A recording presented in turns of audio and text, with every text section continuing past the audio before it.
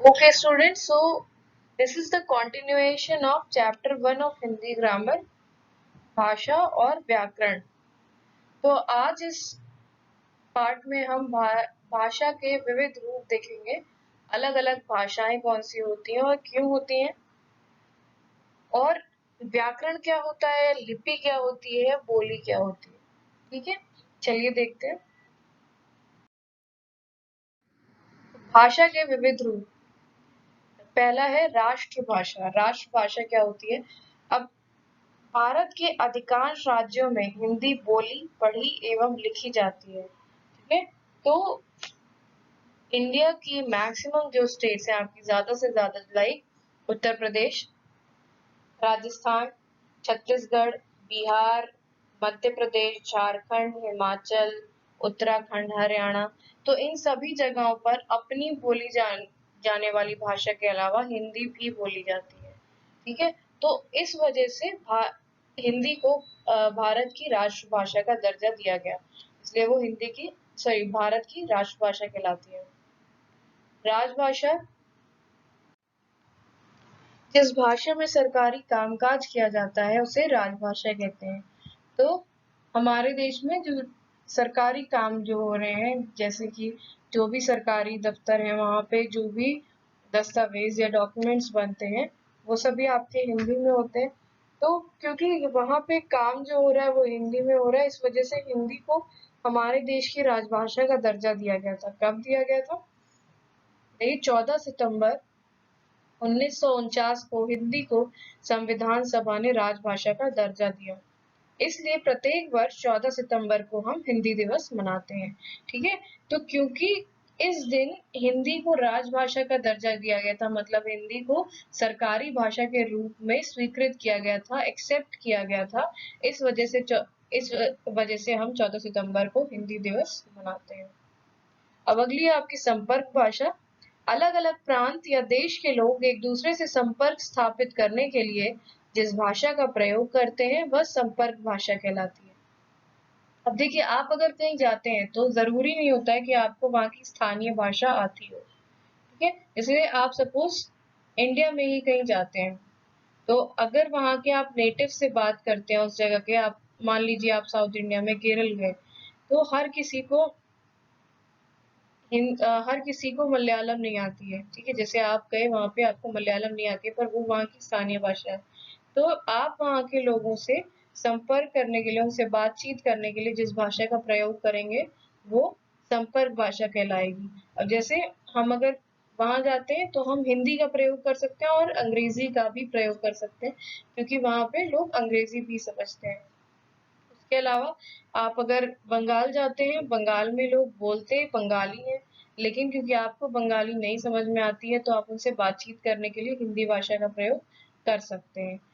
ठीक है, तो इस तरह से ये जो भाषा जो आप संपर्क के लिए प्रयोग कर रहे हैं वो संपर्क भाषा कहलाती है। जिसे भारत में हिंदी संपर्क भाषा तथा विश्व में अंग्रेजी। तो विश्व में देखिए, हमने भारत में देखा कि अगर आप एक राज्य से दूसरे राज्य में जाते हैं और आपको वहाँ की स्थानीय भाषा नहीं आती है, तो आप हिंदी का प्रयोग कर सकते हैं या अंग्रेजी का। उसके अलावा विश्व में आप कहीं भी जाएं, तो अगर आपको उस देश की भाषा नहीं आती है तो आप वहाँ के लोगों से इंग्लिश में, अंग्रेजी में बातचीत करके अपने भावों को समझा सकते हैं। ठीक है, तो वो कहलाती है आपकी संपर्क। अब है आपकी मातृभाषा। मातृ जो है आपका, वो संस्कृत का शब्द है, तो इसका मतलब होता है माँ। मतलब माँ से सीखी गई जो भाषा है वो मातृभाषा कहला सकती है। अब देखिए, वह भाषा जिसे बच्चा सर्वप्रथम अपनी माँ तथा परिवार के अन्य सदस्यों से सीखता है मातृभाषा कहलाती है। तो जिसे हम सबसे पहले अपने घर वालों से सीखते हैं वही भाषा हमारी मातृभाषा कहलाती है। जैसे हम सब ने हिंदी सीखी है, तो वो हिंदी हमारी मातृभाषा है। पर जो बच्चा बंगाली फैमिली के साथ रह रही है, बंगाल में रह रहा है, तो वो क्या बोलेगा? पहले बांग्ला बोलेगा, तो बांग्ला उसकी मातृभाषा होगी। जो पंजाब में रह रहा है, पंजाबी फैमिली है जिसकी, उनकी मातृभाषा क्या होगी? पंजाबी होगी। ये कोई मराठी फैमिली है, ठीक है, तो क्या लैंग्वेज होगी? मराठी लैंग्वेज होगी। तो वो जो भाषाएं हम अपने परिवारजनों से सीखते हैं वो हमारी मातृभाषा कहलाती है। अब अगली है मानक भाषा। भाषाओं में स्थानीय तथा प्रांतीय स्तर पर जो भिन्नता है उसे दूर करने के लिए तथा भाषाई एकता लाने के उद्देश्य से भाषा के जिस रूप को निर्धारित किया जाता है वह मानक भाषा कहलाती है। अब जैसे एक ही भाषा अगर अलग-अलग जगहों पे अलग-अलग तरीके से बोली जा रही है, ठीक है? तो उसमें कुछ भिन्नताएं आ जाती हैं, वो थोड़ी एक दूसरे से उसका रूप जो होता है अलग हो जाता है। तो इसी भिन्नता को दूर करने के लिए ये जो डिफरेंस है भाषाओं में अलग-अलग, कभी रीजन के अकॉर्डिंग, कभी स्टेट के अकॉर्डिंग जब भाषा का रूप बदल जाता है, बहुत से लोग कहते हैं मैं आता हूँ, बहुत से लोग कहते हैं मैं आता है।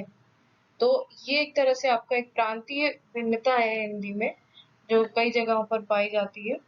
तो इस वजह से इस चीज को दूर दूर करने के लिए और भाषा को एक निर्धारित रूप देने के लिए इस जो रूप दिया जाता है वो मानक भाषा कहलाती है, जो सबको एक्सेप्ट करता है, ठीक है, वो मानक भाषा कहलाती है। अब है आपकी भारतीय संविधान की भाषाएं। अब भारत में कई राज्य हैं, ठीक है, और सभी राज्यों में अलग-अलग भाषाओं का प्रयोग किया जाता है। जैसे आपने देखा था लिस्ट की राजस्थान में राजस्थानी, महाराष्ट्र में मराठी, कश्मीर में कश्मीरी, बंगाल में बांग्ला, उत्तर प्रदेश, बिहार, मध्य प्रदेश, छत्तीसगढ़, झारखंड, इन जगहों पर आपकी हिंदी। तो अलग-अलग राज्यों में अलग-अलग भाषाएं बोली जाती हैं, लेकिन हमारे संविधान ने जिन भाषाओं को स्वीकृत किया है वो 22 है, ठीक है।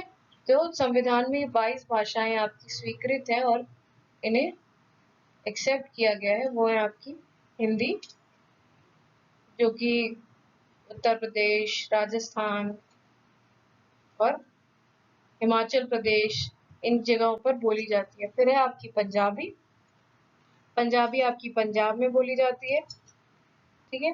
फिर है आपकी उर्दू, उर्दू जो भाषा है वो आपकी मुस्लिम्स यूज करते हैं फॉर राइटिंग। डोगरी, डोगरी और कश्मीरी दोनों कश्मीर में ही बोली जाती है बाय डिफरेंट ग्रुप्स। बंगला बंगाल में, असमिया असम में, ओडिया उड़ीसा में, गुजराती गुजरात में, मराठी महाराष्ट्र में, कोंकणी जो होती है वो गोवा और महाराष्ट्र के बीच का जो रीजन है उसमें बोली जाती है। मलयालम केरल में, बोडो, बोडो एक ग्रुप है आपका असम में, वो इस भाषा का प्रयोग करते हैं, ठीक है। फिर संथली, संथली भी एक जाति की भाषा है। नेपाली नेपाल में बोली जाती है। मैथिली एक वक्त पे उत्तर प्रदेश में प्रयोग की जाती थी। सिंधी, सिंध से जो लोग भारत की तरफ आए विभाजन के टाइम वो सिंधी का प्रयोग करते हैं। फिर संस्कृत, मणिपुरी, तमिल, तेलुगु, तेलुगु आपके आंध्र प्रदेश में बोली जाती है, कन्नड़ कर्नाटक में, ओके। अब आप देखेंगे भाषा के क्षेत्रीय रूप को बोली कहते हैं। क्षेत्रीय मतलब किसी एक, हो सकता है जिले में या हो सकता है एक पर्टिकुलर राज्य में, बस तो छोटे से एरिया में जब एक भाषा बोली जाती है तो वो वहाँ की बोली कहलाती है। इसका अपना बोली देश के एक सीमित क्षेत्र में बोली जाती है, ठीक है, तो बहुत छोटे लिमिटेड एरिया में बोली जाएगी। इसका अपना साहित्य, व्याकरण तथा लिपि नहीं होते, ठीक है। साहित्य और व्याकरण, बोली जो होती है वो लोग जिस हिसाब से बोलना शुरू करते हैं उस तरह से वो अपना रूप बदलती रहती है। से भोजपुरी को देखिए आप, भोजपुरी बहुत सी अलग अलग जगहों पर उसका अलग अलग रूप होता है, तो इस वजह से उसको हम कह सकते हैं कि उसकी कोई व्याकरण या कोई पर्टिकुलर लिपि नहीं होती है। जैसे हरियाणा में हरियाणवी, बुंदेलखंड में बुंदेलखंडी, बिहार में भोजपुरी आदि। तो इन्हें क्यों बोली माना गया है, क्योंकि एक केवल छोटे एरिया में छोटे क्षेत्र में बोली जा रही है, ठीक है।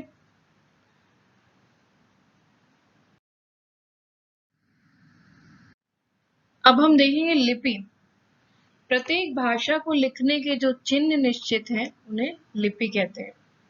तो जैसे आपकी अलग अलग भाषाएं, आप हिंदी भी पढ़ते हैं, आप इंग्लिश भी पढ़ते हैं, आप देखते हैं कि उसमें इंग्लिश में जब आप पढ़ते हैं तो आप छोटा आ, बड़ा आ, क ख ग घ ये सारी चीजें पढ़ते हैं, जबकि इंग्लिश में आप ए बी सी डी, ठीक है, ये सभी पढ़ते हैं। अब इंग्लिश में ही आप इस चिन्ह का इस्तेमाल करते हैं, डॉलर साइन का, लेकिन आप इसका इस्तेमाल हिंदी में नहीं करते हैं। ठीक है। तो जो चिन्ह एक पर्टिकुलर भाषा में, एक भाषा में यूज होते हैं, जिनका प्रयोग किया जाता है, वो उसकी लिपि कहलाते हैं। ठीक है। तो ये एक तरह से आप कह सकते हैं ये एक लिखने का ढंग हो सकता है।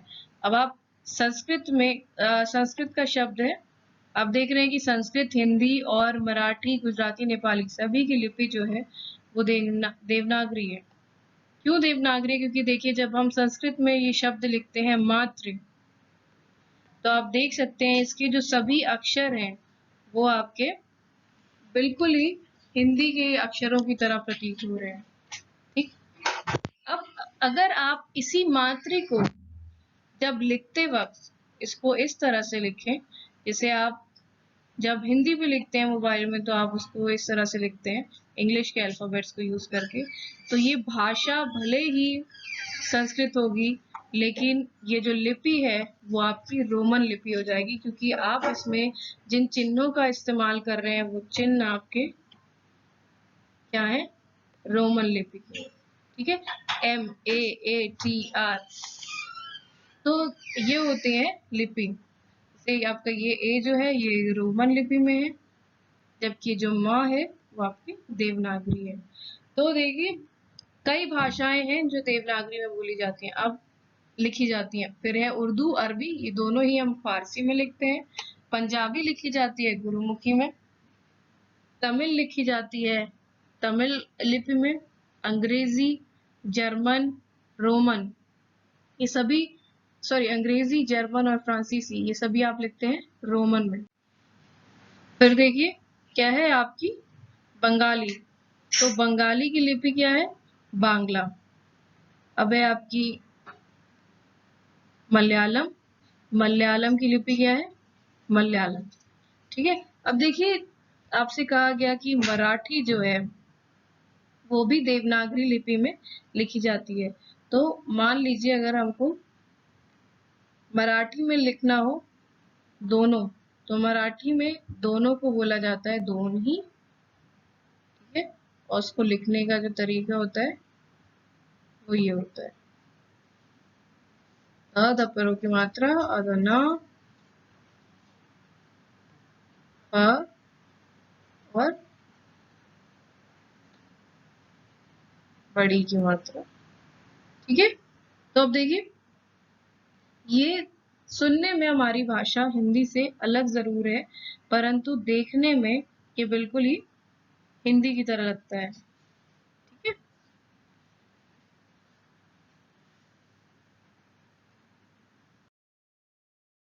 अब है व्याकरण।